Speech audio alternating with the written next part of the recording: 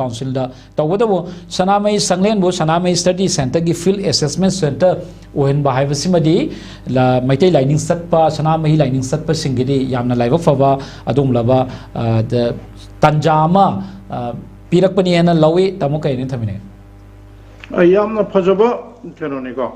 khongthang ni khoi ipanat ipunat thainagi ipai pusingi lining license satnabi Sana patha po koi yokat pa hai bose koi maitai singi tawdaba yado isawni adugo masay yamna phajaba koi makoina University of Culture ko Manipur naga koi yokat na koi makoina ka khannabi ba ise thengol labane masay adugo koina lining license koi India is a secular state ni ko koi dharma da adugumba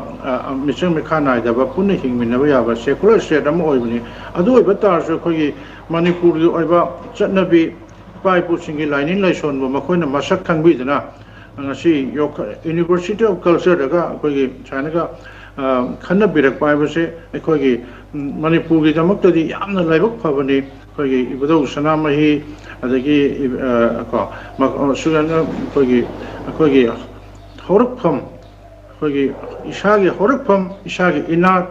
kogi purup iraicha singi damakta khallaka na makoina tungi miron gi damakta khallaga ngasi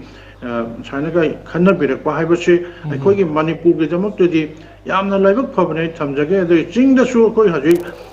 sanamahi latpa kogi maringi kabui gi purup ta su kayama leiri bane ba saito na sum yokhappa gi phibam da lakpa tari singi silinau sina su tamda leiba silinau sun su kogi horokpham kogi iraisa kogi I mari amadi ai ipa ipugi ipuna ipana chana leiba singa sina thijilaka na hena saukhatpa malem da masak takpa adugumba kogi mafam asida sigumba